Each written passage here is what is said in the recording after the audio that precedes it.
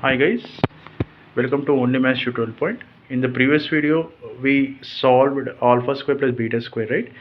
So in this video, we are going to discuss the second sum, 1 by alpha plus 1 by beta, finding the roots of the equation. So take the given equation, guys. This one we need to find 1 by alpha plus 1 by beta. Taking LCM, we get beta plus alpha by alpha beta.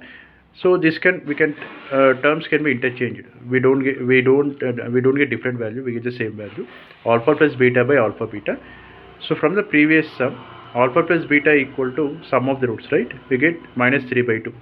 Substitute the values, and alpha beta is called the product of root, that is 7 by 2. Substitute the values in this equation. What we get, and simplify.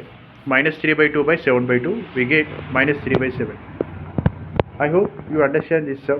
Thank you for watching. Please subscribe to my channel for more videos and more updates. See, these type of sums are very important for board exam. Thank you.